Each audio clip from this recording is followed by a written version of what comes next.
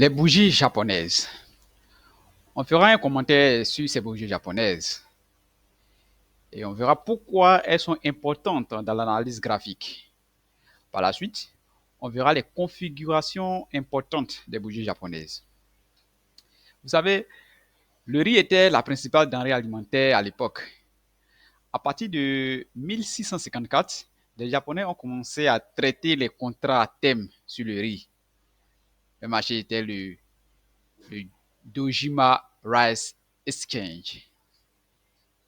C'était, ce marché était le marché à thème. Il a été fondé au XVIIe siècle, donc par les Japonais.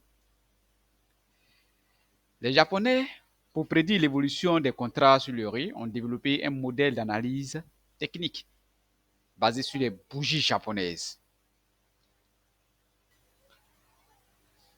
Commentaires sur les bougies japonaises.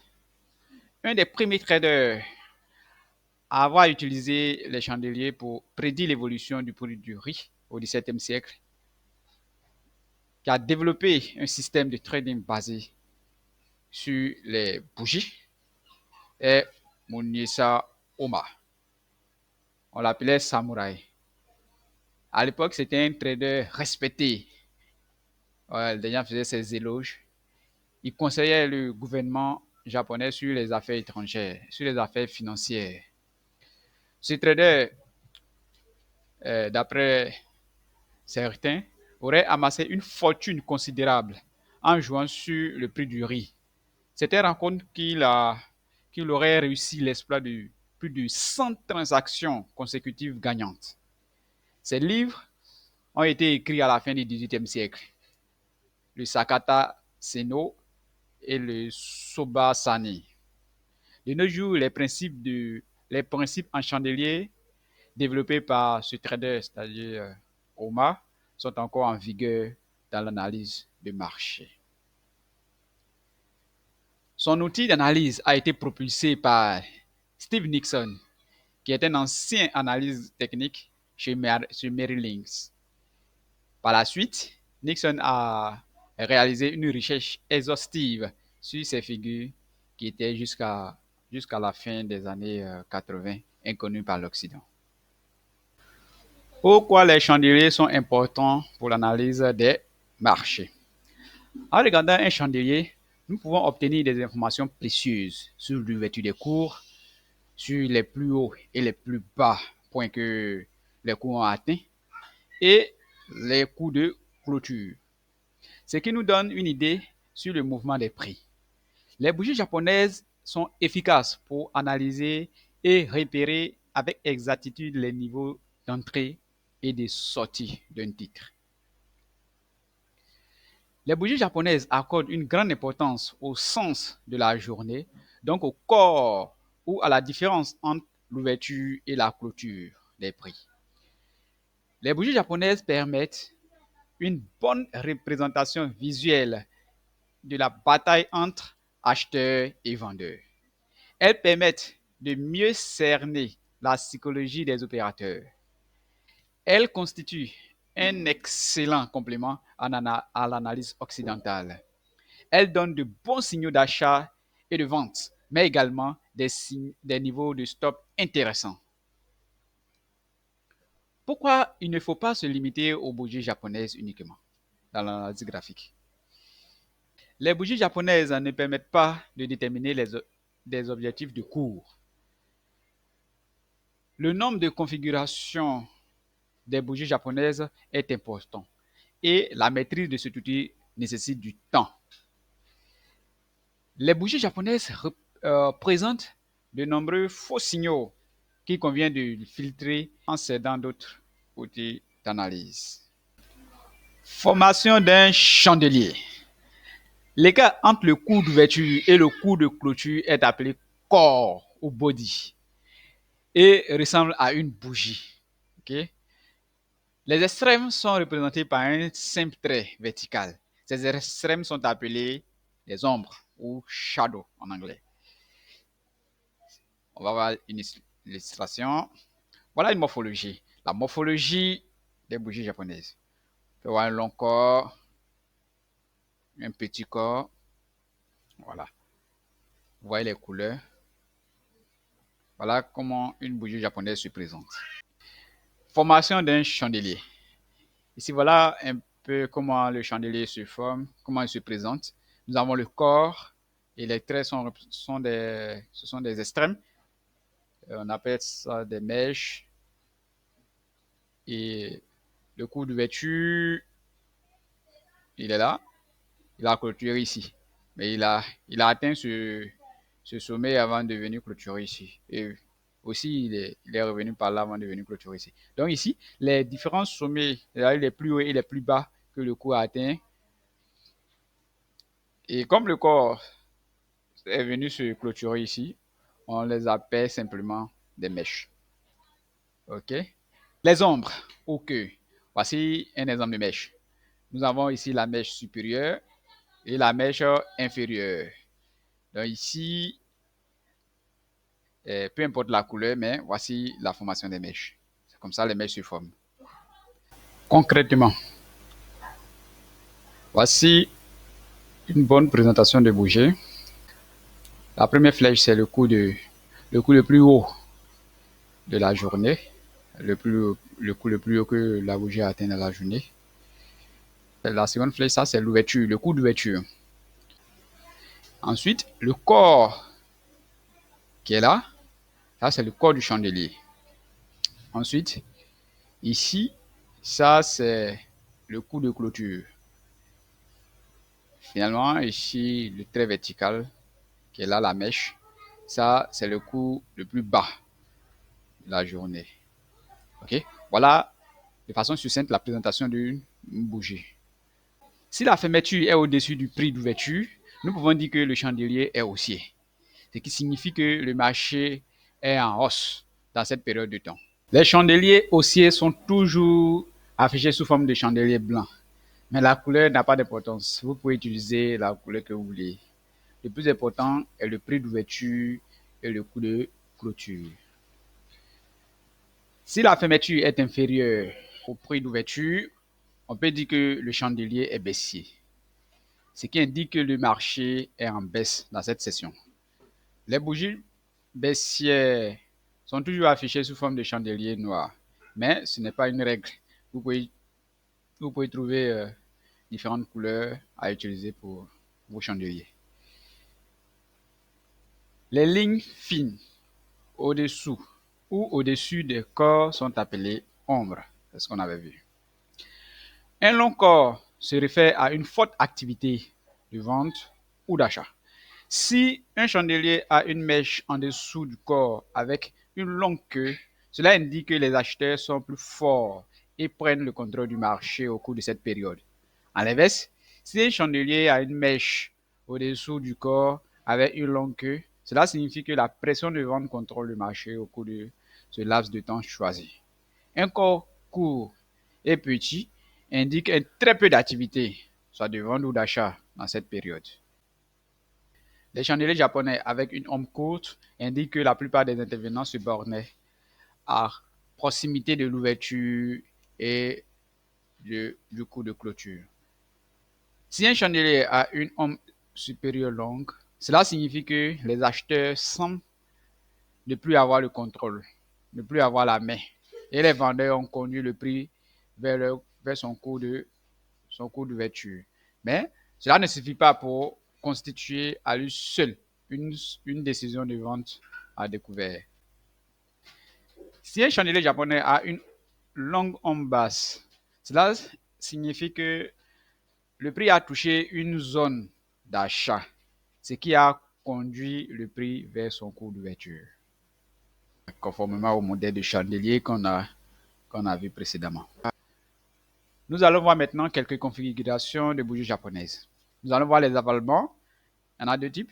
Les avalements haussiers, les avalements baissiers, le doji, le mato, le pendu.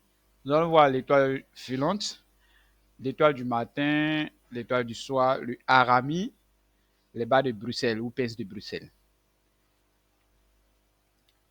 Les figures d'avalement. La barre d'avalement, comme son nom l'indique, est formée quand elle engloutit entièrement la bougie précédente. Elle peut dominer une ou plusieurs bougies précédentes. Mais pour être considéré comme figure d'avalement, le modèle doit couvrir entièrement au moins une bougie. L'avalement haussier. L'avalement haussier est un signal majeur de retournement lorsqu'il est formé dans un creux de marché.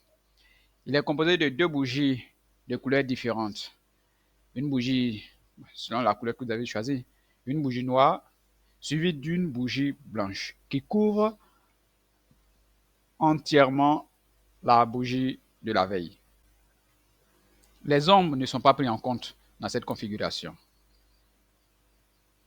Alors, voici une illustration. La barre d'avalement haussier. Nous avons ici un petit corps, ok, suivi d'une grande bougie. Vous voyez que la grande bougie avale complètement la petite bougie. Ok. Ici, comme vous voyez les différentes couleurs, la bougie noire va symboliser ici, dans notre exemple, une bougie baissière. Ok. Et la bougie blanche, une bougie haussière. Donc ici, on voit que la bougie blanche couvre entièrement la petite bougie. Et comme c'est une bougie blanche, on peut parler de avalement haussier. Ok. Alors, le modèle de la barre d'avalement haussier nous dit que le marché n'est plus sous le contrôle des vendeurs et que les acheteurs sont susceptibles de prendre le contrôle du marché. Quand ce modèle d'avalement haussier se forme dans une tendance haussière, il indique un signal de continuation du marché. Quand un avalement haussier se forme à la fin d'une tendance à la baisse, la reprise est beaucoup plus puissante car il représente un fond de capitulation. On va voir une illustration. Alors, voilà un graphique. Ici, on voit clairement que le marché était en configuration baissière. Et là, on voit quoi? Regardez la figure. On voit bien une bougie noire et suivie d'une bougie rouge, une bougie blanche. La bougie noire est englobée entièrement par la bougie blanche. Donc ici, on peut parler de avalement. Mais quel type? Avalement haussier, puisque ici, les bougies blanches symbolisent les bougies de hausse. OK? Donc, l'avalement haussier, lorsque ce modèle s'est dessiné, regardez ce que les cours ont fait. Ce modèle a bloqué les cours et voilà, le marché s'est retourné. OK? Donc, l'exemple qu'on vient de voir montre comment le marché a changé de direction après la formation d'un motif de barre d'avalement haussier. Le petit corps qui représente le pouvoir de vente a été couvert par la deuxième bougie, le deuxième corps qui représente le pouvoir d'achat. Donc, à ce stade, vous devez être capable d'identifier une barre d'avalement baissier et une barre d'avalement haussier sur vos graphiques. C'est-à-dire, vous prenez un graphique, vous identifiez les barres d'avalement. OK? Vous devez être capable de le faire. À ce stade, vous devez être capable d'analyser ou d'identifier les barres d'avalement sur vos graphiques. OK? Alors, on passe à l'avalement baissier. L'avalement baissier est l'un des plus importants modèles du chandelier japonais. Ce modèle est constitué de deux bougies. Le premier chandelier a un petit corps et le second chandelier a un grand corps. Ce chandelier nous donne des informations précieuses sur les haussiers et les baissiers sur le marché. Voici une illustration. On a un petit corps suivi d'une grosse bougie baissière. Donc, la bougie baissière qui est là englobe entièrement la bougie haussière. Donc, on peut parler ici d'avalement baissier.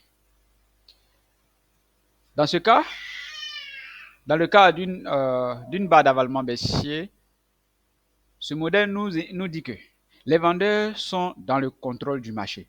Lorsque ce modèle se produit à la fin d'une tendance haussière, cela signifie que les acheteurs sont engloutis par les vendeurs. C'est ce qui signale un renversement de tendance. OK? Alors, ici, on a une figure d'avalement. On voit que le marché était en hausse. Et lorsque la figure d'avalement s'est dessinée, le marché a changé de direction. Donc, on voit bien que la petite bougie blanche a été avalée entièrement par la grosse bougie noire, ce qui a entraîné le changement de direction du marché. Comme on l'a vu, quand ce modèle d'action de prix se produit dans une tendance haussière, nous pouvons anticiper un retournement de tendance parce que les acheteurs ne sont pas encore dans le contrôle du marché et les vendeurs essaient de pousser le marché plus bas. Vous ne pouvez pas négocier tout type d'avalement baissier que vous voyez sur vos graphiques. Vous avez besoin d'autres outils d'analyse technique pour confirmer vos entrées. Ok? Nous en parlerons dans les prochains chapitres. Nous allons voir maintenant le doji. Le doji est l'un des plus importants chandeliers, les plus importants modèles de chandeliers japonais. Quand il se forme, il nous dit que le marché ouvre et ferme au même prix. Ce qui signifie qu'il y a égalité entre les intervenants. Et donc, il n'y a pas de décision sur le marché. Il n'y a personne dans le contrôle du marché. Voici un exemple de doji. Vous avez vu? C'est comme traits, un trait vertical et un trait horizontal. C'est-à-dire le prix d'ouverture est sensiblement égal au prix de clôture. Voilà, c'est ça un doji. À l'ouverture, le marché s'engage dans une direction. Puis, par manque de conviction, euh, le marché prend la direction opposée pour finalement revenir au point de départ, c'est-à-dire au cours d'ouverture. Aucune tendance ne s'est dégagée de la journée et il faudra attendre le jour suivant pour connaître le sens des intervenants. Dans un marché haussier, le doji indique que les acheteurs ne maîtrisent plus totalement le marché. Et inversement, dans un marché baissier, c'est-à-dire quand il se produit ce modèle, les vendeurs, cela signifie que les vendeurs ne contrôlent plus la situation. OK? Voici un exemple de graphique. On a la formation d'un doji. Et qu'est-ce qui s'est passé? On voit que le doji a freiné le marché qui a changé de direction. Mais le doji veut dire indécision. Donc quand il se forme, cela veut dire qu'il n'a pas de personne n'est dans le contrôle du marché pour l'instant, dans cette période de temps bien définie. OK? Donc, on veille au grain. Alors, le graphique précédent montre comment le marché a changé de direction après la formation du chandelier doji. Le marché a été en tendance haussière, ce qui signifie que les acheteurs contrôlaient le marché. La formation du chandelier doji indique que les acheteurs ne sont plus vigoureux pour maintenir le marché ou le prix plus haut, ce qui a permis aux vendeurs de pousser les prix vers leur coût d'ouverture. Ceci est une indication claire qu'une inversion de tendance est susceptible de se produire. Quand tu te trouves en bas ou en haut d'une tendance, c'est-à-dire le doji, il est considéré comme un signe que la tendance initiale perd ses forces. Donc, si vous êtes en position, il est temps de prendre ses bénéfices ou une partie de ses bénéfices. OK? Il peut également être utilisé comme un signal d'entrée s'il est associé à d'autres outils d'analyse technique. Okay? Rappelez-vous toujours qu'un doji indique l'égalité et une indécision sur le marché. Okay? Vous trouverez ce modèle souvent après une grande hausse ou bien un grand mouvement haussier. Mais après les grands mouvements, généralement, ce modèle-là se produit. Okay? Quelques autres formes de doji. Nous allons voir la libellule doji. Okay? Alors, on appelle ça aussi la Dragonfly Doji. On a un autre trait qui est comme un préfet. Hein. Voilà. Et le prix d'ouverture, il est là. Et le prix de clôture, il est là. OK? Et il a la forme de, voilà, d'un préfet, hein, vous voyez. Une libellule. Voilà. Alors, la libellule Doji est un chandelier haussier qui est formé lorsque le plus haut et le plus bas sont identiques ou environ au même prix. C'est-à-dire le prix de clôture et le prix d'ouverture sont sensiblement au même niveau. Ce qui caractérise la libellule doji est la longue queue inférieure qui montre la résistance des acheteurs et les tentatives de pousser le marché plus haut. Voilà. L'illustration montre une libellule doji ou doji préfet. Sa longue queue inférieure suggère que les forces de l'offre et de la demande sont en voie d'équilibre et que la direction de la tendance peut être à un tournant majeur. Alors, voici un graphique.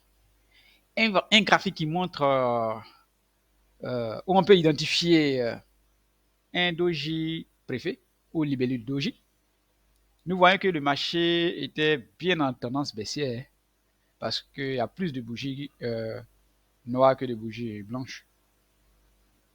Et la formation d'un préfet doji a bloqué la tendance baissière et le marché a pu changer de direction. Vous voyez ce qui s'est produit. Alors, dans cet exemple, le marché a testé un niveau de support, ce qui a provoqué un fort rejet de cette région. La formation de la libellule doji avec sa longue queue inférieure nous montre qu'il y a une forte pression d'achat dans la région. Quand il se produit dans une tendance baissière, il est interprété comme un signal d'inversion à la hausse. Mais vous aurez besoin d'autres indicateurs et d'autres outils, les signaux doji libellule à haute probabilité de réalisation sur le marché. Ok. Toujours quelques autres formes de doji. Le doji en pierre tombale. Le doji en pierre tombale est la version baissière de la libellule doji. Elle est formée lorsque l'ouverture et la fermeture sont identiques ou se situent environ au même niveau, au même prix. La formation de la longue queue supérieure est une indication que le marché teste une zone d'offre puissante ou une zone de résistance. Voici une illustration de la pierre tombale ou du doji en pierre tombale. Alors, on voit clairement sa longue queue supérieure. Et le prix d'ouverture et le prix de clôture sont sensiblement au même niveau. Voici un graphique où on peut identifier clairement un doji en pierre tombale. Alors, on voit clairement que le marché était en tendance haussière et on a la formation d'un doji en pierre tombale. Et qu'est-ce que le marché a fait? Puisque le marché on voit que le marché a freiné et a pris la direction opposée. OK? Alors, le graphique montre un doji en pierre tombale au sommet d'une tendance haussière après une période de forte hausse. La formation de ce chandelier indique que les acheteurs ne sont plus dans le contrôle du marché. Pour que ce modèle soit fiable, il doit se produire à proximité d'un niveau de résistance. OK? En tant qu'intervenant, vous aurez besoin d'informations supplémentaires pour interpréter le signal efficacement. On verra cela dans les prochains chapitres. OK? Alors, remarque. Le doji ne constitue pas à lui seul un signal d'achat ou de vente. La bougie qui suit le doji doit confirmer le signal. C'est-à-dire la bougie qui suit doit clôturer à la hausse pour un signal de retournement haussier ou elle doit clôturer à la baisse pour un signal de retournement baissier. OK? Alors, on va voir un autre type de bougie de configuration. Le matot.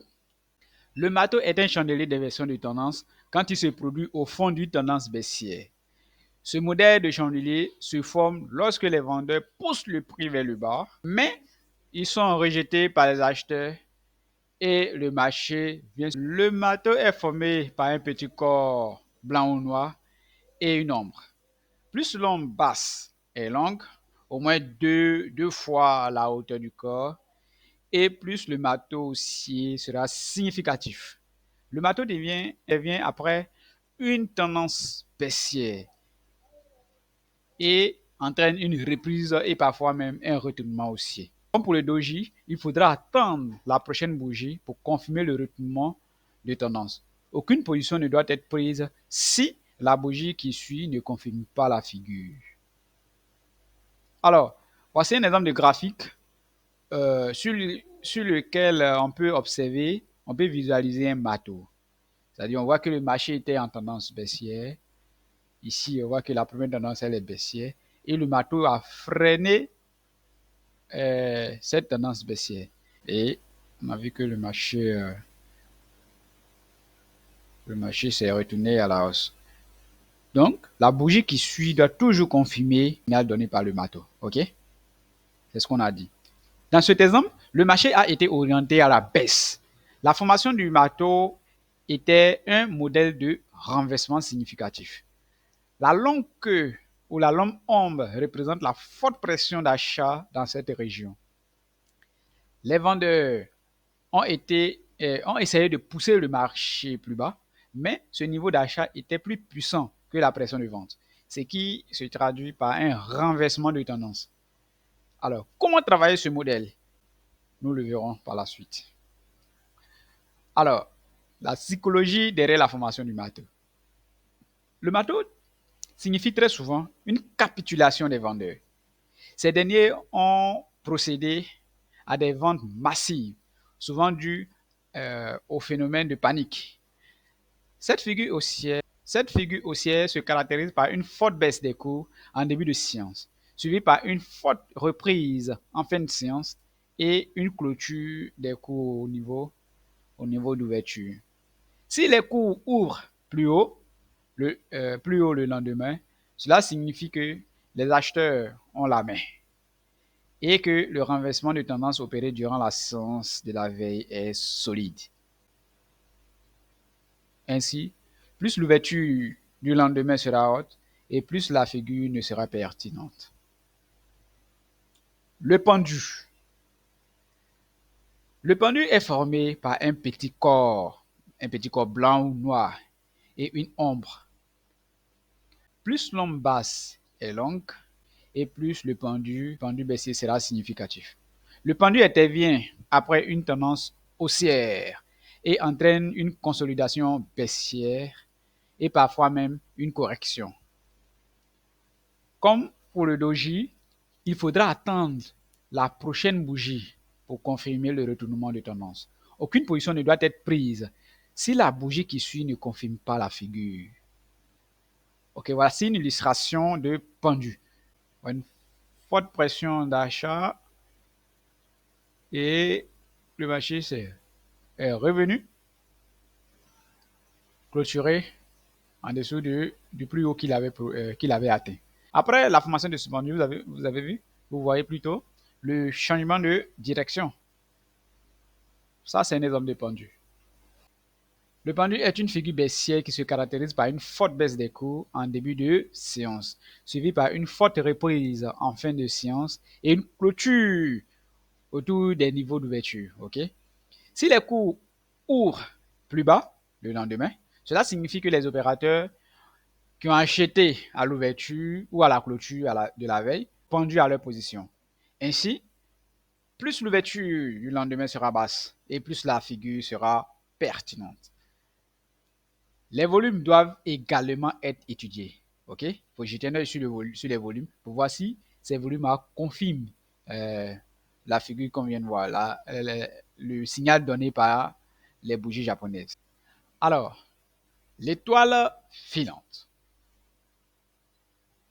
Ce modèle est formé lorsque l'ouverture et la clôture sont à peu près au même prix. C'est-à-dire cette bougie se caractérise par un petit corps et une longue ombre supérieure. Ce modèle est la version baissière du marteau. Okay? Les professionnels disent que l'ombre doit être au moins 2 fois la longueur du corps réel. Okay? Donc on va voir une illustration. Voici l'illustration.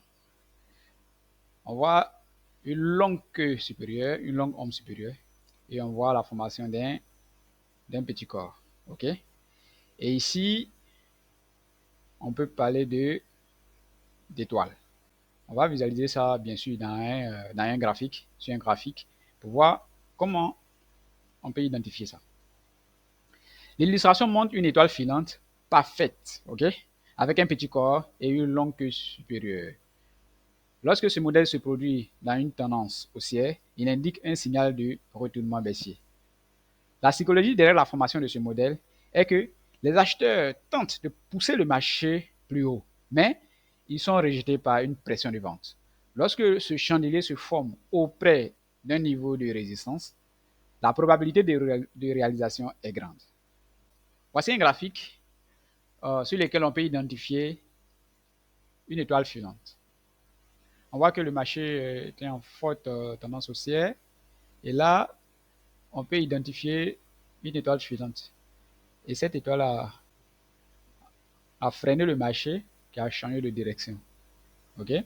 Et là, comme on le dit, on doit toujours confirmer les signaux avant de rentrer en position. Le graphique montre une belle étoile filante à la fin d'une tendance haussière. La formation de ce modèle indique la fin du mouvement haussier et le début d'un mouvement baissier. Ce chandelier peut être utilisé avec les niveaux de support et de résistance, les zones de l'offre et de la demande et les indicateurs techniques. Okay? Ce chandelier peut être utilisé avec les niveaux de support et de résistance, les zones de l'offre et de la demande. Et ici peut être utilisé avec les indicateurs techniques. L'étoile du soir. La configuration baissière de retournement formée par 3 bougies. C'est-à-dire, idéalement, elle devrait comporter un gap de part et d'autre pour que le signal soit encore plus puissant. Si le petit corps est un doji, l'étoile sera appelée étoile doji. Une première bougie qui dispose d'un corps blanc important et un doji ou un petit corps qui fait un gap par rapport au précédent. Le petit corps de l'étoile représente l'indécision des opérateurs et une troisième bougie noire viendra compléter la figure. Et on va voir une illustration. Voici. On voit bien que le marché était en tendance haussière et on voit la formation d'un petit corps. Et ce petit corps, on voit que ça formait un gap par rapport au... On voit un gap aussi, un gap baissier. Voilà. Et un petit gap aussi. Et la bougie qui suit, bien sûr, a confirmé le renversement de tendance, c'est-à-dire a confirmé cette figure. Donc on peut utiliser, on peut profiter de l'étoile, on peut le prendre comme un signal, un bon signal. L'étoile du matin. L'étoile du matin est une configuration haussière de retournement formée par 3 bougies. Une première qui dispose d'un corps noir important et un doji ou un petit corps qui fait un gap par rapport au précédent corps. Une troisième large, c'est-à-dire une troisième bougie large blanche qui dispose d'un corps comparable à la première. Ok? Voici une illustration. Grosse bougie noire, le marché était en tendance baissière. On a une grosse bougie noire, suivie d'un petit corps, et la bougie qui suit est une grosse bougie blanche qui vient changer la direction du marché. Ok? Ça s'est produit à la fin d'une tendance baissière. Ça, c'est une étoile du matin. Alors, remarque. On va remarquer que si le petit corps est un doji, l'étoile sera appelée étoile doji. Le petit corps de l'étoile représente l'indécision des opérateurs sur le marché. Les étoiles doji sont des figures de retournement encore plus puissantes que les étoiles classiques.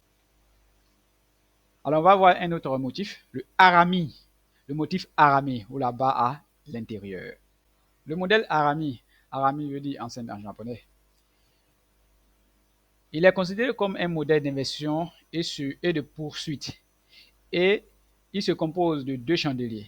La première bougie est la grande bougie.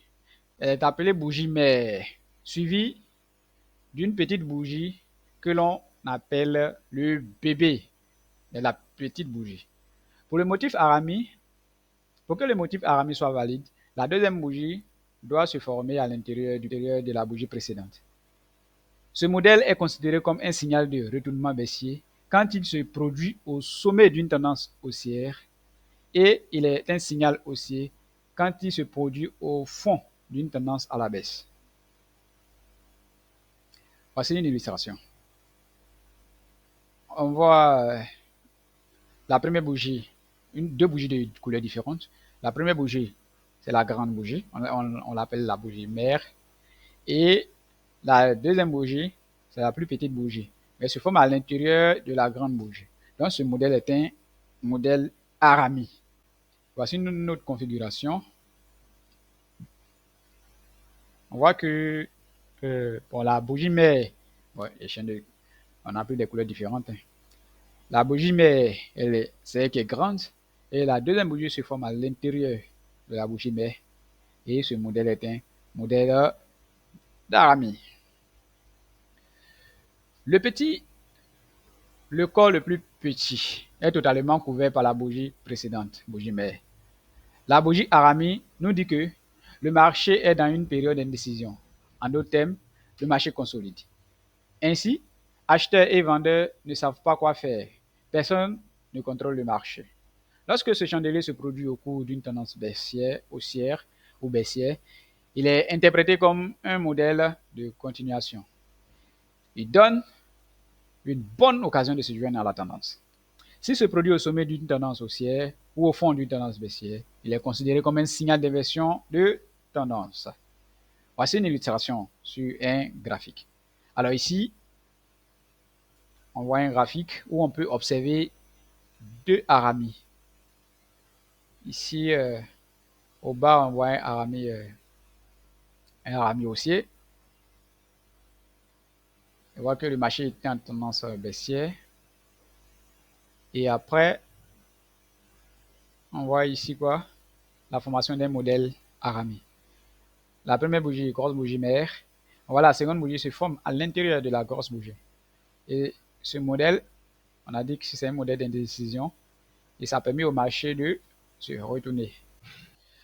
Alors, le deuxième modèle, on voit sur le graphique, on voit un autre Arami qui s'est formé en haut d'une tendance haussière.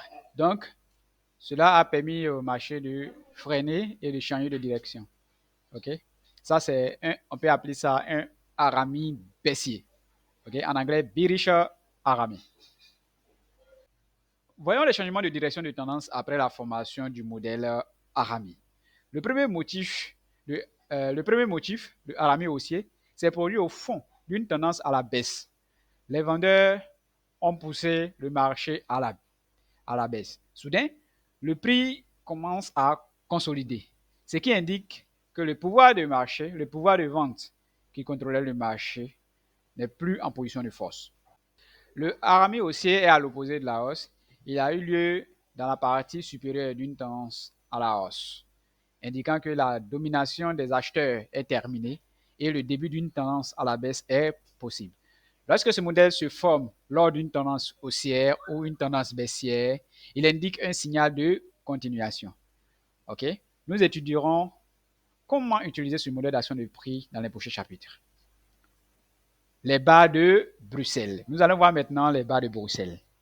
Les pinces à épiler sont considérées comme des modèles d'inversion de tendance. Si elles se forment en haut d'une tendance haussière, elle est considérée comme une inversion de tendance baissière. Et lorsqu'elle se forme au fond d'une tendance baissière, elle est considérée comme une inversion de tendance haussière. Alors, on va voir une illustration. Voici un exemple de pince à épiler. En anglais, on appelle ça twin bottom. Twin set bottom. Alors, on a une première bougie noire, ce qui montre que les vendeurs ont la possession, ont le contrôle du marché, ont la main. Et par la suite, la séance suivante, on voit la reprise complètement par une bougie, on voit une grosse bougie blanche, la formation d'une grosse bougie blanche qui montre que les acheteurs commencent à prendre la main et les vendeurs ne sont plus aussi puissants. Alors, deuxième illustration. Ici, maintenant, on voit un chandelier haussier, le premier, et le deuxième, aussi un chandelier baissier. C'est-à-dire qu'on peut voir les deux formes. Bien. Donc ici, ça peut se former en haut d'une tendance haussière. Ça, c'est un modèle baissier de pince à épiler. Alors, voici un exemple de graphique sur lequel on peut voir une pince à épiler. Ici, c'est une configuration haussière de pince à épiler. OK? Donc, cet exemple montre une barre de pince à épiler qui se produit dans une tendance baissière. Les ours ont poussé le marché à la baisse lors de la séance de la première séance. Cependant, à la deuxième séance, le marché vient clôturer à l'ouverture de la séance précédente. Si vous comprenez pourquoi il a été formé, c'est-à-dire la psychologie derrière sa formation, vous comprendrez ce qui est arrivé sur le marché et vous pouvez prédire, vous pouvez facilement prédire le futur mouvement du marché et vous pouvez l'anticiper. Test de fixation. Alors on a vu clairement quelques configurations de bougies japonaises, les plus puissantes qui peut exister. Ce que je vais vous demander, c'est d'ouvrir les graphiques et identifier sur vos graphiques les différentes configurations qu'on vient de voir. Vous ouvrez vos graphiques, vous identifiez une par une les différentes configurations qu'on vient de voir et vous les nommez. OK? Vous nommez aussi la psychologie derrière ces graphiques-là. Alors, vous avez maintenant ici un test de fixation pour voir si vous êtes dedans. Vous trouverez le nom de chaque numéro de chandelier et en deux, vous allez décrire la psychologie derrière sa formation. Et je vais vous donner deux graphiques que vous allez exploiter et je vais moi-même identifier les différentes configurations. Et ce que vous aurez à faire, c'est de trouver le nom de chaque numéro et de me mettre ça en commentaire et de décrire la psychologie derrière la formation de ces modèles que vous allez identifier. Donc, voici les modèles. Alors, voici le premier exemple. Ici, ce qu'on vous demande, c'est simple. On a identifié nous-mêmes les différentes configurations. Et ce qu'on vous demande, c'est d'indiquer simplement le nom, de décrire la psychologie qui est derrière la formation de ce modèle-là. Donc, vous allez mettre tout ça en commentaire. Alors, voici un deuxième test de fixation. Ici, là, on a plus de modèles. Et vous avez jusqu'à 7 modèles. Vous aurez à donner dans chacun des cas le nom et ensuite la psychologie derrière la formation de ce modèle. Donc, vous avez un travail à faire. Vous devez le faire et bien le faire. Donc, vous mettez tout ça en commentaire pour que on puisse revenir et voir les différentes réponses. Dans la deuxième partie du travail à faire, vous allez vous-même trouver les différents modèles de bougies qu'on a vus. Vous allez donner les noms et vous allez donner la psychologie qui est derrière la formation de ces bougies-là. Donc, ici, vous avez un graphique. Vous avez les bougies rouges, les bougies vertes. Les bougies rouges représentent les bougies baissières et les bougies vertes représentent les bougies haussières. Donc ici, il sera question de trouver les noms des bougies et des différentes configurations et nous donner la psychologie derrière. OK? Alors, vous avez aussi un deuxième graphique. Vous allez faire pareil, c'est-à-dire trouver les noms des différents modèles qu'on a vus et nous donner les différentes la psychologie derrière la formation de ces bougies-là. Alors, ici, vous avez remarqué que nous avons présenté simplement les modèles, les différentes configurations de bougies qu'on peut avoir et nous avons fait un commentaire. Dans la seconde partie, c'est-à-dire dans le chapitre qui va venir, nous allons vous donner maintenant comment utiliser concrètement ces bougies-là dans la pratique. Comment utiliser ces bougies-là dans la pratique. Lorsque nous avons un graphique, lorsque nous sommes en situation, comment on peut les utiliser et comment on doit les utiliser. Alors, chers amis, on se donne rendez-vous rapidement dans le chapitre qui suit pour que on vous montre clairement comment utiliser ces modèles-là dans la pratique.